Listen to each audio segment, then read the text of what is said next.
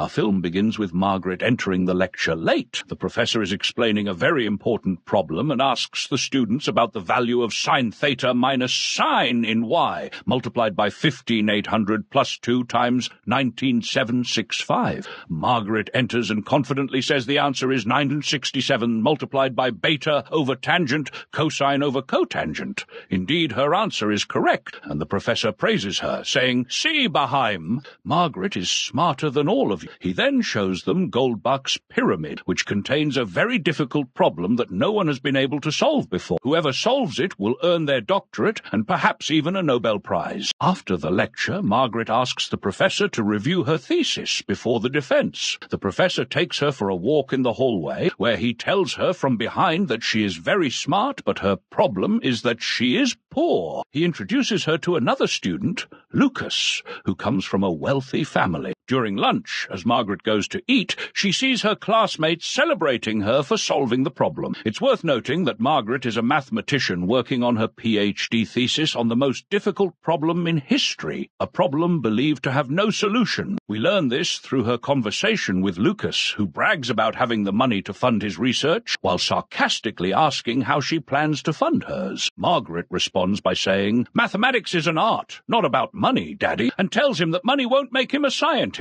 However, Lucas is actually smart. Margaret eventually walks away from Lucas because he's a bad boy and annoying. She goes outside the school to study hard to outperform the wealthy Lucas. She later goes home to continue her studies. Her mother calls to tell her she has married a respectable man after her father and apologizes for being a bit distant. She asks Margaret how her PhD is going, but Margaret, being obsessed with her studies, is too focused to pay much attention to her mother. The next day, Margaret discovers a crucial issue and tells her professor, who advises her to discuss it with Lucas, acknowledging his talent and potential. Obsessed with math, Margaret finds Lucas, who is enjoying himself. Later, she surprises everyone in a lecture by presenting her theory to solve the unsolvable Goldbach problem. She passionately explains using trigonometric terms that would resonate with high school students, while others might find it incomprehensible. The attendees engage in a discussion about her solution's logic, and she answers confidently. Lucas then challenges her, asking how she found the constant C and its basis. Margaret responds, but becomes increasingly nervous. The professor grows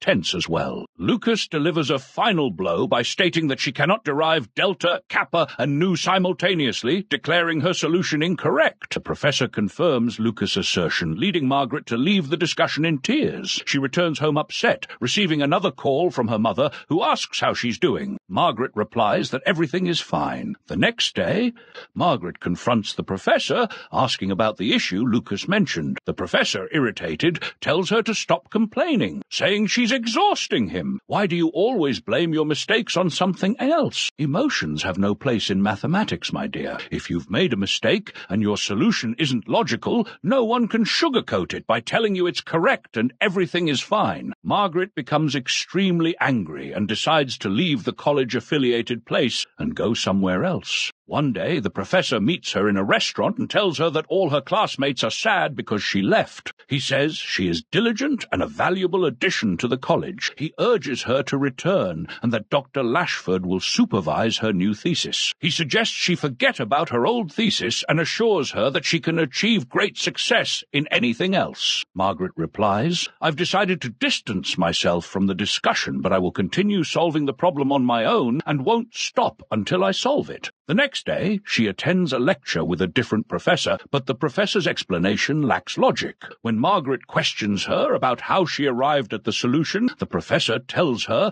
to just apply the formula without needing to understand its origin. At that moment, a beautiful dark-skinned girl stands behind Margaret and leaves the lecture. Margaret continues her discussion with the professor, who tells her to follow her classmate outside. Margaret steps out and finds her classmate, and they get to know each other. We learn that her name is Noah.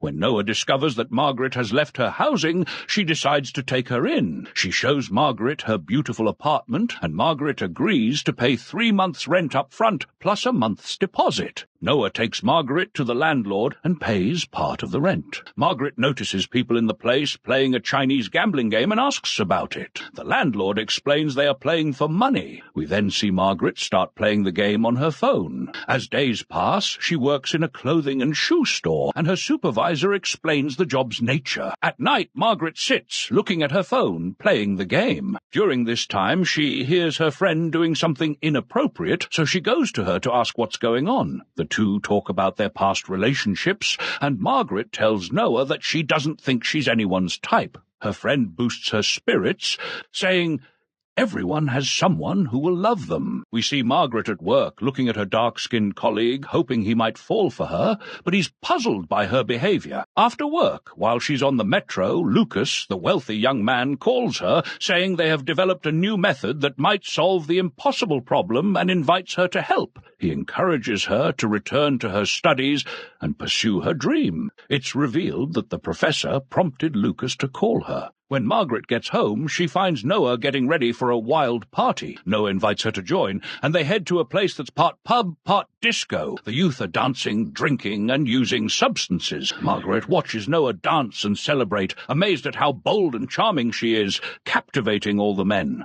Margaret can't believe her eyes, seeing Noah as the enchanting woman everyone desires, even sprinkling water on someone who was bothering. Noah decides to take it to the next level of professional partying, where the disco and dance floor become a wild scene. Margaret feels sad and out of place because she's the only one no guy is paying attention to. She notices a lonely guy whom no one is noticing either. She decides to follow him outside the club and asks if she can have a word. He replies, "Sure, speak up. No one has ever paid me any attention." Margaret tells him, "Consider me paying attention to you, mate. What are you going to do now?" He responds, "I'll treat you to a couple of lattes to set the mood." He takes her to her place and drinks from the green bottle. She asks him if women are his type, and he responds by saying, "Come on, I haven't even had a dog pay attention to me before. Anything that says hello will do." The next day, we see her happy at work, swaying in front of the sneakers, which isn't quite appropriate. After work, as she's coming down the stairs, her mom calls and asks, "Did you quit your PhD, my daughter? This is your life. You need to get back to it now." Margaret goes to see the doctor and asks him why he informed her mom. He replies, "I had to inform her." She leaves and returns to the apartment, where the landlord demands the overdue rent, saying she must pay by Friday or he will throw her out like a dog. Later, she asks her friend to take her to the landlord so she can play the Chinese gambling game. If she wins, she'll be able to pay the rent. And indeed, dear dragon, that's exactly what happens. We see the very cultured woman enter to play the Chinese money game, which is somewhat like dominoes but with many pieces. She meticulously organizes her cards as she understands mathematics and the language of numbers, allowing her to count all the pieces and focus intently like a dragon's den. Ultimately, she wins the money from her opponents, mastering the game like a duck to water. She wins the rent money, leaves the place, and pays the landlord. She goes home to study after getting a new idea for the impossible problem. Her friend praises her, saying, "Bravo, Margaret." Margaret replies, "It's all about solving equations, nothing more." Margaret continues studying and solving mathematical problems, but also enjoys the disco atmosphere, playing and winning against the men. One day she goes to a large place resembling a restaurant, where the stakes are high this time, but she wins as usual by solving the mathematical problems in her head. One day her mom visits her, walks to the window, and lights a strong cigarette. "I'd like to tell you that smoking destroys health, dear dragon, so stay a sporty dragon." Her mom sits with Margaret at the table afterward. Margaret tells her that she has been playing the Chinese game and even winning some good money, which will secure her future and allow her to buy whatever she desires. Her mom, in turn, asks, "What about mathematics, my daughter? Will you forget your passion and life? Will you forget what you love for money? Honestly, you've disappointed me." Later, we see Margaret painting the wall with her friend Noah to help her concentrate on solving mathematical problems. Her friend falls asleep beside her on the bed, while Margaret sits on the floor, deciding to dedicate enough time to solve the problem. The money she won from the Chinese game will give her enough time to study without needing to work every day. Margaret returns to the college college and watches Lucas, the young man, while he's showing something. She waits for him to finish and then approaches him to talk about her dissertation and the impossible problem. She even asks him for help in solving the stubborn problem, revealing that she has reached some preliminary solutions. When he goes home and looks at her solutions, he is amazed by her high-level mathematical performance and tells her, "You're amazing, Margaret." She responds, "We can work together on solving the problem since you're the one who spotted my mistake. I think you're the most suitable person to help me solve it, but the professor must not know anything about what we're doing." Lucas agrees to help her, and they start working right away. At night during dinner, Margaret receives a message, and Lucas asks her if the message is from Yanis. He says that Yanis misses her and wants to see her. When he asks who Yanis is, she tells him he's just for fun and not to worry about it. Lucas sarcastically questions how she could have a boy interested in her.